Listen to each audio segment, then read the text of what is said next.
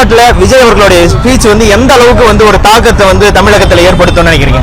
நீங்க அன்னைக்கு மாநாட்டுக்கு 27ஆம் தேதி வாங்க, அவருடைய ஸ்பீச்சை வந்து நீங்க அவருடைய பேச்சு வந்து நீங்க கேளுங்க, அப்போ உங்களுக்கு அதோடைய தாக்கம் என்னன்றது தெரியும். நீங்க வந்து இந்த விஜய் அவர்கள் வந்து உத்தரவு போட்டிருக்காங்க ஒவ்வொரு மாவட்டத்துக்கு போக சொல்லி வந்து ஆலோசனை பண்ண சொல்லி, என்ன தகவல்களை தொண்டர்களுக்கும் நிர்வாகிகளுக்கும் கொடுக்க சொல்லியிருக்காரு? தளபதியோடைய சொல்லுக்கு இணங்க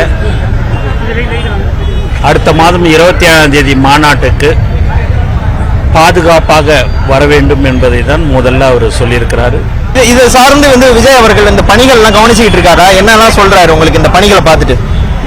முழுக்க முழுக்க மாநாடு வேலை என்ன நடக்குது ஏதுன்றது அவர் என்ன சொல்கிறாரோ, அவர் இதெல்லாம் வந்து எங்களுக்கு இப்படி இந்த குழு 25 குழு போடணும்னு சொல்லியிருக்கிறாரு. அதுபடி போட்டிருக்கிறோம். எந்தெந்த யாரை நியமித்திருக்கிறாரு எல்லாமே அவர் யாரெல்லாம் பார்த்து அவர் நியமிக்கிறார்